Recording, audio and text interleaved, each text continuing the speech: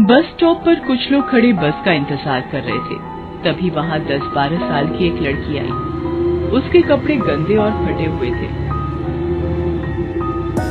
वो वहाँ आकर लोगों से कहने लगी, बाबूजी 2 रुपए दे दो, बाबूजी 1 रुपए दे दो, 2 दिन से कुछ नहीं खाया है, 1 रुपया दे दो ना बाबूजी। वो लड़की दोपहर तक ऐसे ही लोगों से पैसे मांगती रही।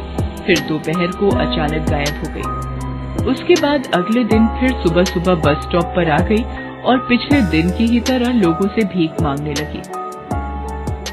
ऐसा उस बस स्टॉप पर अक्सर होने लगा। एक दिन अशोक कुमार नाम के एक रिटायर्ड स्कूल मास्टर उस बस स्टॉप पर आए।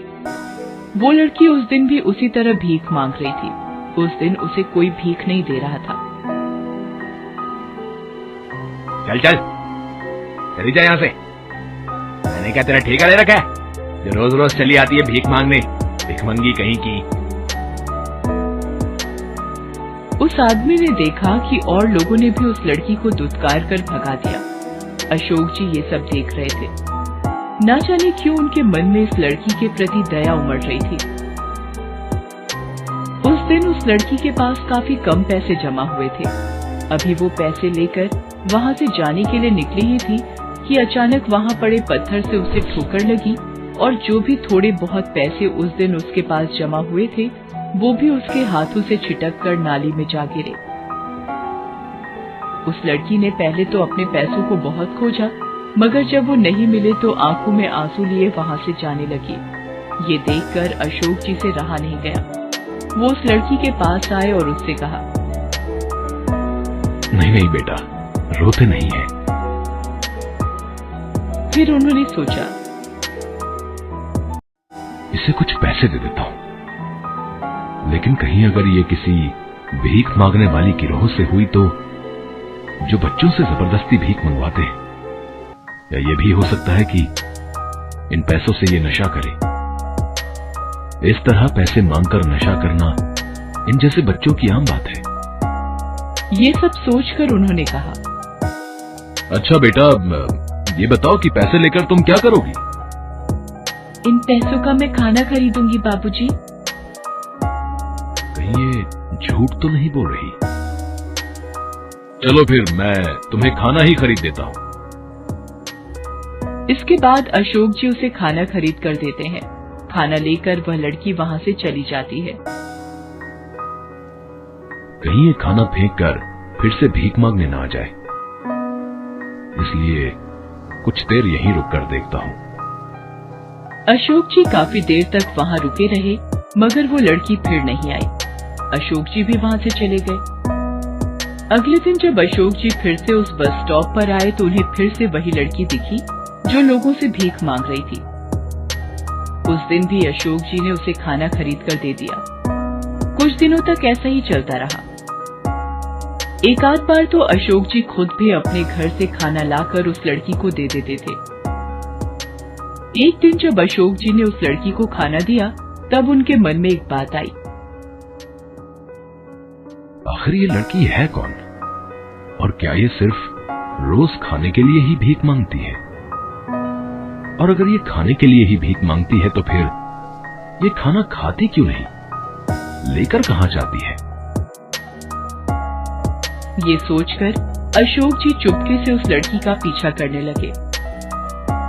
वो लड़की वहाँ से निकलकर बस स्टॉप के पीछे बनी झुग्गी झोपड़ियों में जाने लगी। इसे कुछ पैसे दे देता हूँ, लेकिन कहीं अगर ये किसी भीख मांगने वाली गिरोह से हुई तो, जो बच्चों से जबरदस्ती भीख मंगवाते हैं, या ये भी हो सकता है कि इन पैसों से ये नशा करे। इस तरह पैसे मांगकर नशा करना इन जैसे बच्चों की आम बात है।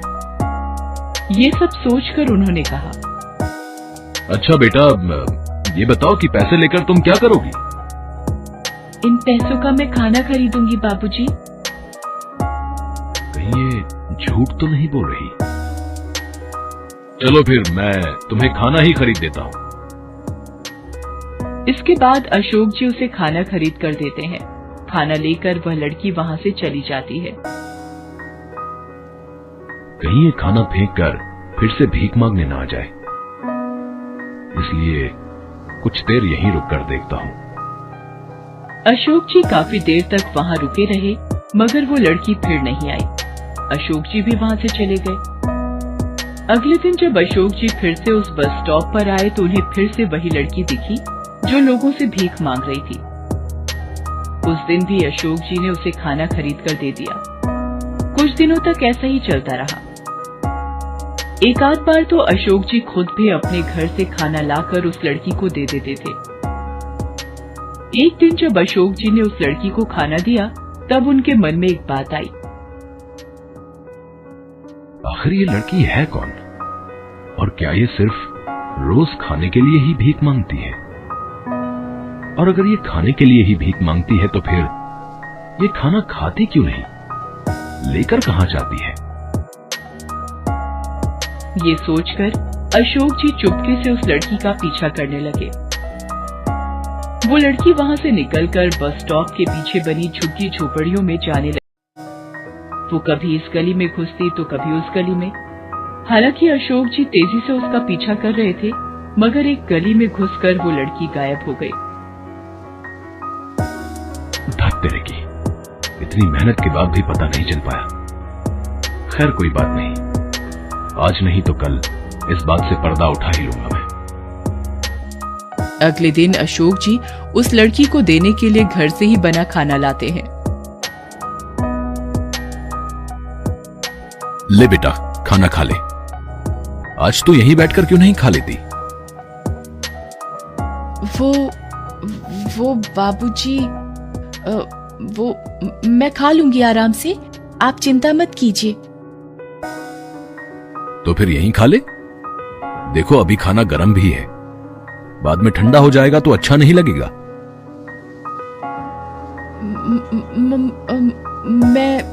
मैं घर जाकर आराम से खा लूंगी बाबूजी, आप चिंता न कीजिए। इतना कहकर लड़की वहां से जल्दी जल्दी जाने लगी।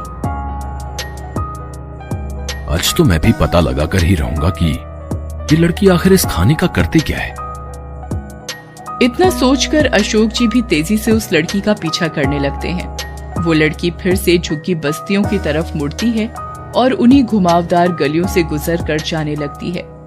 आज अशोक जी ने भी ठान लिया था कि वो भी पता लगाकर ही रहेंगे कि ये लड़की आखिर जाती कहाँ है। लड़की कई गलियों को पार करने के बाद एक टूटी फूटी झोपड़ी में घुस जाती है। अशोक जी भी उसका पीछा करते हुए उस झोपड़ी तक पहुंच जाते हैं और वहां की टूटी खिड़की से झोपड़ी के अंदर झांक कर देखने लगते हैं। झोपड़ी के अंदर सामान के नाम पर 2-4 बर्तन, कुछ गंदे कपड़े और 2 स्कूल के बैग पड़े हुए थे। अंदर एक टूटी हुई चारपाई पर एक औरत लेटी हुई थी। शक्ल से वो काफी बीमार लग रही थी। उसके पैरों के पास जमीन पर 7-8 साल का एक लड़का बैठा हुआ था। लड़की जब खाना लेकर अंदर घुसी तब उस लड़के ने कहा, माँ दीदी खाना लेकर आ गई। चारपाई पर पड़ी उनकी माँ भी किसी तरह उठकर बैठ गई और बोली, अबे कैसी किस्मत है मेरी, तेरे बापू का सपना था अपने दोनों बच्चों को खूब पढ़ाएंगे,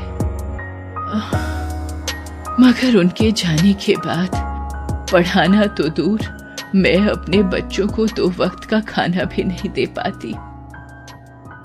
2 रोटी के लिए मेरी बच्ची को ना जाने कहां कहां भटकना पड़ता है और ना जाने कितने लोगों के सामने हाथ फैलाना पड़ता है। ऐसी जिंदगी से तो मर जाना भला है। कहते कहते उस औरत की आंखों में आंसू आ जाते हैं। रो मत माँ, बस तू ठीक हो जा। भगवान ने चाहा तो मैं और बबलू एक दिन फिर से स्कूल जाना शुरू कर देंगे। तू खाना खा और फिर अपनी दवाइयाँ खा, नहीं तो तेरी तबीयत और बिगड़ जाएगी। फिर वो लड़की अपने हाथों से अपनी माँ और भाई को खाना खिलाने लगती है। ये देखकर बाहर खड़े अशोक जी की आंखें भर आती हैं। वो अपने आप को रोक नहीं पाते और झोपड़ी के अंदर चले जाते हैं।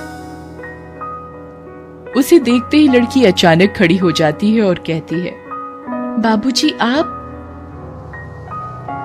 मैं सब कुछ समझ गया हूं बेटा, तुम्हें कुछ कहने की जरूरत नहीं। तभी उनकी नजर वहां पड़े स्कूल बैग पर पड़ती है। अरे वाह, तुम लोग स्कूल भी जाते हो?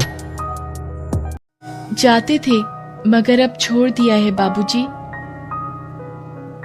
क्यों? पढ़ाई छोड़ने का दुख नहीं हुआ तुम्हें?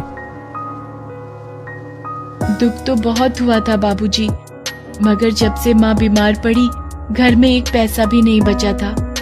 घर में जितनी भी जमा पूंजी थी सब माँ की दवाइयों में खर्च हो गए। 2 दिन हमारे पेट में अन्न का एक दाना भी नहीं गया था। खाली पेट माँ की दवाइयां भी असर नहीं कर रही थी। तब मजबूर होकर मुझे काम की तलाश में स्कूल छोड़ना पड़ा, मगर मेरी उम्र देखकर कोई मुझे काम देने को भी तैयार नहीं हुआ। तब मजबूरी में मुझे ये रास्ता अपनाना पड़ा, भीख मांगने का। ये पेट की आग जो न करवाए बाबूजी। मैं आज ही तुम्हारी माँ का दाखिला अस्पताल में करवा देता हूं। देखना, कुछ ही दिनों में वो ठीक हो जाएंगी और फिर तुम और तुम्हारा भाई कल से स्कूल जाएंगे। पैसों की तुम चिंता न करना। अशोक जी की बातें सुनकर उन तीनों के मुरझाए चेहरे पर मुस्कान दौड़ जाती है।